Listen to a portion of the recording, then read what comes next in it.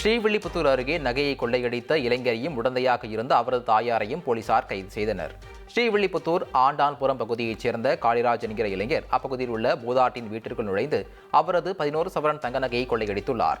தனது தாய் பத்மாவதி, சித்தி ஆனந்தவல்லி ஆகியோரது உதவியுடன் அதனை அடகு வைத்த காளிராஜ் அந்த பணத்தில் விலை உயர்ந்த இருசக்கர வாகனம் வாங்கியுள்ளார். விசாரணை மேற்கொண்டு வந்த போலீசார் நகையை திருடிய காளிராஜ், அடகு வைக்க உதவிய அவரது தாய், சித்தி ஆகிய 3 பேரையும் கைது செய்து சிறையில் அடைத்தனர்.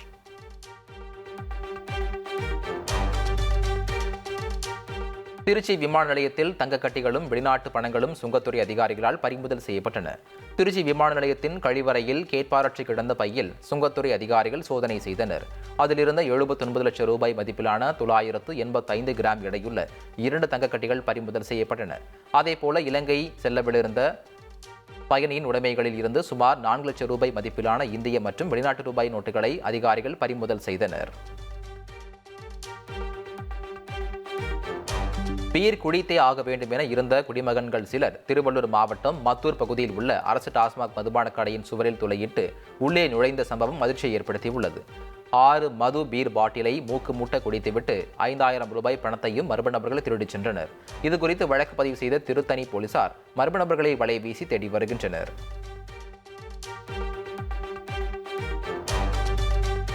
திருப்பரங்குன்றத்தில் தடையை மீறி மலைக்கு மேல் கந்தூரி கொடுக்க ஆடுடன் செல்ல முயன்ற இஸ்லாமிய அமைப்புகள் மீது 4 பிரிவுகளில் போலீசார் வழக்கு பதிவு செய்துள்ளனர். பொது அமைதிக்கு பங்கம் விளைவித்தல், அனுமதியின்றி பொதுவெளியில் கூடுதல், ஊர்வலமாக செல்லுதல், அரசு ஊழியரை பணி செய்ய விடாமல் தடுத்தல் உள்ளிட்ட 4 பிரிவுகளில் வழக்கு பதிவு செய்யப்பட்டுள்ளது. இதேபோல் அனுமதியின்றி ஊர்வலமாக சென்ற இந்து முன்னணி அமைப்பினர் மீது திருப்பரங்குன்றம் போலீசார் 3 பிரிவுகளில் வழக்கு பதிவு செய்துள்ளனர். சென்னையில் கார் ஓட்டுநரை தாக்கிய டிராவல்ஸ் நிறுவன உரிமையாளர் உட்பட 4 பேர் கைது செய்யப்பட்டனர். சென்னை போரூரைச் சேர்ந்த குணசாகரன் என்பவர் தனியார் டிராவல்ஸ் நிறுவனத்தில் கார் ஓட்டுநராக பணிபுரிந்து வந்துள்ளார். சம்பளம் மற்றும் போனஸ் தொகையை கேட்டதால் ஆத்திரமடைந்த டிராவல்ஸ் நிறுவன உரிமையாளர் அனிஷ்குமார் தனது நிறுவனத்தைச் சேர்ந்த 3 ஊழியர்களுடன் சேர்ந்து குணசாகரன் மீது வெந்நீரை ஊற்றியதாக கூறப்படுகிறது.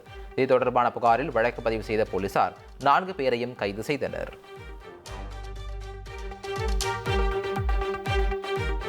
சீர்காழி அருகே உள்ள கொடியம்பாளையம் தீவு கடற்கரை பகுதியில் கடலில் குளித்துக் கொண்டிருந்த இருவர் அலையில் சிக்கி உயிரிழந்தனர். மோகனகிருஷ்ணன் என்பவரின் உடல் வியாழக்கிழமை கரை ஒதுங்கிய நிலையில் மற்றொருவரான ஜெகன் பிரதாப்பின் உடலை தேடும் பணி நடைபெற்று வந்தது. இந்நிலையில் சீர்காழி அருகே பழையார் மீன்பிடி துறைமுகம் பகுதியில் விசைப்படகுகள் நிறுத்தும் இடத்தில் அவரது உடல் கரை ஒதுங்கியது.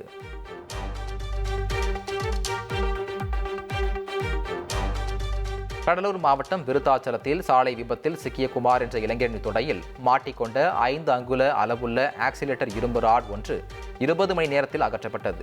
சிடி ஆன்ஜியோ அறுவை சிகிச்சை மூலம் இதை அகற்றி அரசு மருத்துவமனை மருத்துவர்கள் சாதனை செய்தனர். தொடையில் 50க்கும் மேற்பட்ட தையல்கள் போடப்பட்ட நிலையில் அந்த இளைஞர் ஆரோக்கியமாக உள்ளார். காரைக்கால் அரசலாறு பாலம் சிங்காரவேலர் சிலை அருகில் உள்ள மதகடியில் மீன்வளத்துறை நடத்திய படகு போட்டியில் சீறி பாய்ந்த பட்டினச்சேரி மீனவர்கள் முதல் பரிசை தட்டிச் சென்றனர். கேரள மீனவர்களுக்கே சவால் அளிக்கும் வகையில் நடந்த இப்படகு போட்டி அங்கிருந்தவர்களை உற்சாகப்படுத்தியது.